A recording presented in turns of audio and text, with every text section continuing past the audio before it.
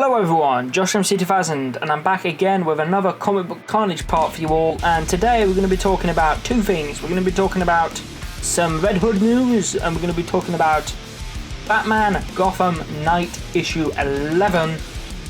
I really like this. It's a 75p digital first comic. You can get it on the DC app, dirt cheap, less than £1 or $1 if you're in America.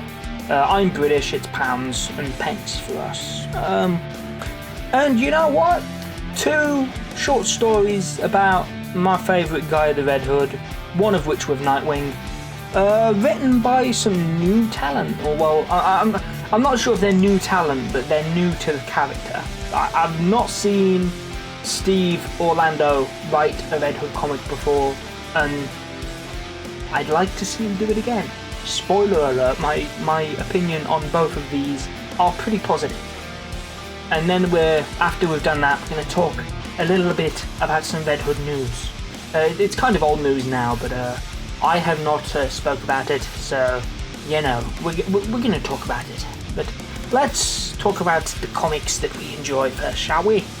I don't know why I'm trying to do an impression of that puppet reviewer guy that caused the Mandalorian Mando, but I don't know where that came from. We're going to cut... no, I'm not going to cut that. That might be funny to some of you people, so let's go with it. Yeah. I've not done a video in a while. I'm pretty rusty. I'm pretty rusty at this. This is like my third time recording this, by the way.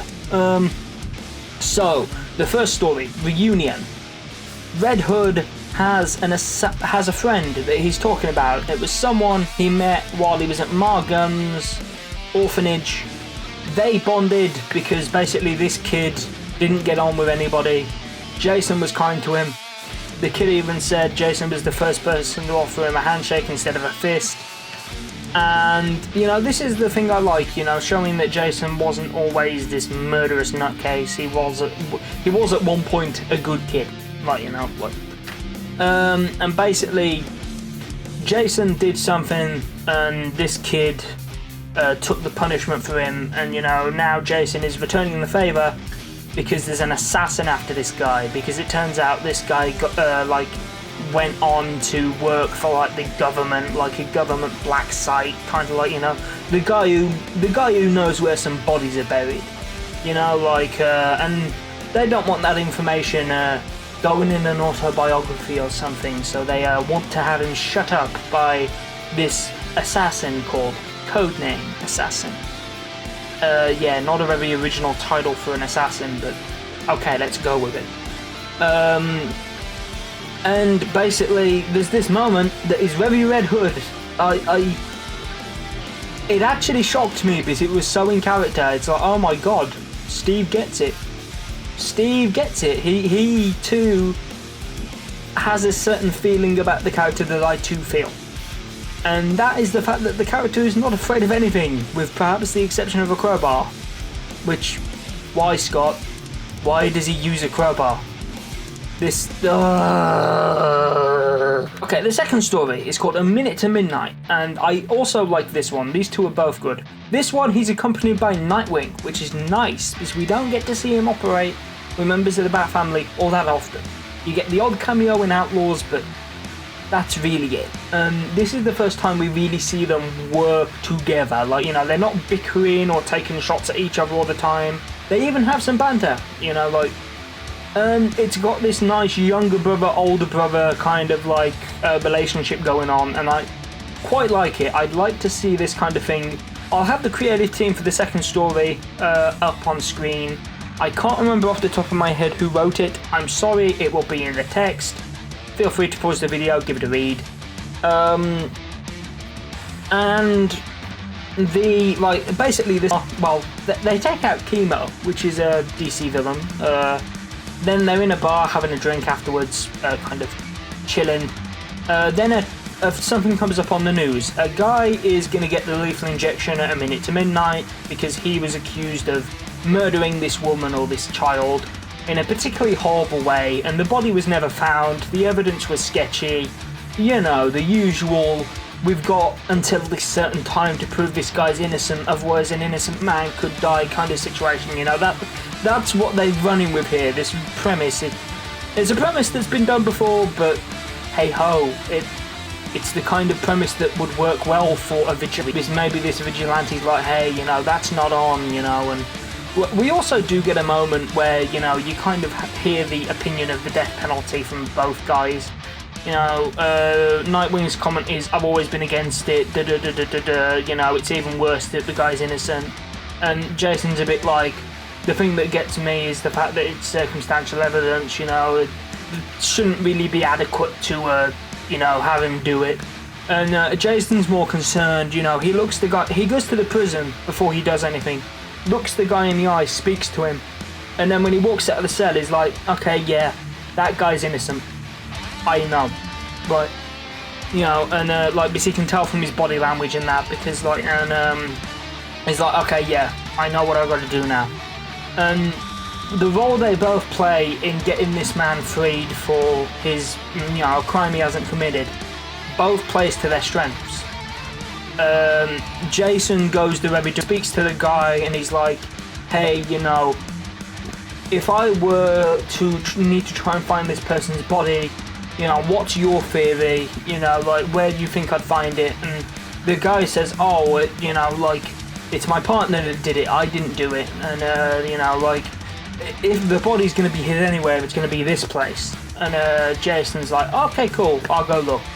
He goes and he's looking, and the police have turned it over already, and he's a bit like, and he's looking at the architecture and the layout, and he's looking at he's already looked at the schematics. He like informs the reader of this in the usual thought bubble manner, which is normally, that's kind of his thing. He thinks through things with thought bubbles while he's doing them, kind of Batman-esque, which, you know, something that Judd did back in the day with the character quite well, and it's done quite well here too. And basically he finds the body, while Nightwing is doing his stuff. He's looking for the murder weapon, and they're both genuinely quite good stories. They're really enjoyable. At 75 pence, definitely. As well as Titans Together, that's another one that I did quite enjoy. I totally got clickbaited by the cover to issue 2 though. I thought that was going to be something else, but it wasn't. Okay. Nah, I was still fairly happy with the story I got though. Maybe I'll do a video on that one, but maybe that's too much Red Hood. I don't know. I haven't talked about Ravager in a while. I'd be worth it on that front. Well, actually, tell a lie. I've spoke about them quite a lot lately. Deceased Unkillables. Anyway, so I think we've spoken enough about the comics. So if you were just here for the comic book review, you guys can click off the video now, and you can go watch something else and you know, enjoy your day. So to those of you that are interested for the Red Hood news, like on the writer, you know, stay. We'll talk about that. And okay, so here we are. Scott Lobdell is going to be leaving at issue 50, which very similar, like Deathstroke. I'm not sure if it's going to be like that, if it's ending on issue 50, like Deathstroke, or if it's going to be like what happened when Tom King left Batman and they got a different writer in to carry it on. I kind of personally hope it's going to end and we either get a new title with the new guy or girl. You know, it could be a female writer, which I'm totally okay with as long as she does the character justice. I mean, hell, maybe that's what we need. Yeah, I'm not being funny. Like, a couple of the guy writers that have done this, you know, I don't know. Maybe just a fresh set of eyes on the character. I'm just grateful we're gonna have a fresh set of eyes on the character. I don't care what gender it is. I don't care race, religion, creed. Just write the character properly, for God's sake. That's all I ask. I'm a simple man. You write my favourite character well, I don't care if you're E.T. Like, it could literally be the extraterrestrial sitting in that chair writing. I don't care if you do it well. Scott Lobdell, I've done videos panning his work to death, and I need to do some videos on some of his good stuff, I think. if simply just to set the record straight and just be like, hey, I don't hate everything he's done with the character. A few of his things have been a sensible idea. I mean, he was the person that originally pushed the idea of Rose and Jason out there, like into the actual continuity, which is like, yes, good. But as I says in Unkillables, he also seemed to forget about it. You know, maybe he tried the idea and was like, actually no, I don't like that. Let's do something else. Which, fair enough. I can't get a quote from somewhere, but I seem to remember someone saying something about him saying he didn't like how similar they were. But I kind of feel that was the point, but okay, whatever. Alan Moore famously said the fans don't know what they want. So, okay. But anyway, Scott Lobdell is leaving at 50, we know that much. The next thing is, well, you know, I'm going to link an article below. If you want more information on like the leaving and like what's been said, you can have a look at the article. I'll warn you ahead of time, it's bleeding cool. I'm not entirely sure how reliable it is. You know, like, because some of these comic book publications are a bit up and down, all over the place, you know, like, but we'll see. So, you know, my next thing that I'm thinking about is who is actually going to replace Scott. I am not sure if any of them are right. They're probably all wrong. And I'm also going to share with you like a dream wish list. Actually, no, you know what? Maybe I'll do a dream wish list another time. Like, you know, like dream writers team. You know, for kind of like something. But actually, no, you know what? Stuff it. I'll do it in this video. First thing is, I think possibly Tom Taylor could be a good choice. The guy that's been writing Deceased.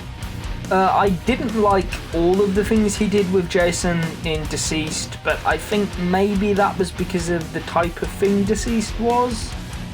I mean, you know, it was already a zombie comic, so it's like, you know, if you're gonna go all out on the edge, go all out on the edge. You know what I mean? Like, I think what he writ on Bruce's grave was a little out of character, but, you know, because, I mean, ultimately he respects Bruce even if they don't agree. Like, he's still a father figure.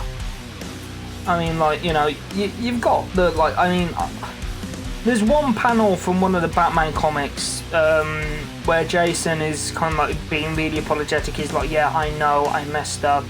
And then Bruce just puts a hand on his shoulder and it's like, I just am glad you're both okay.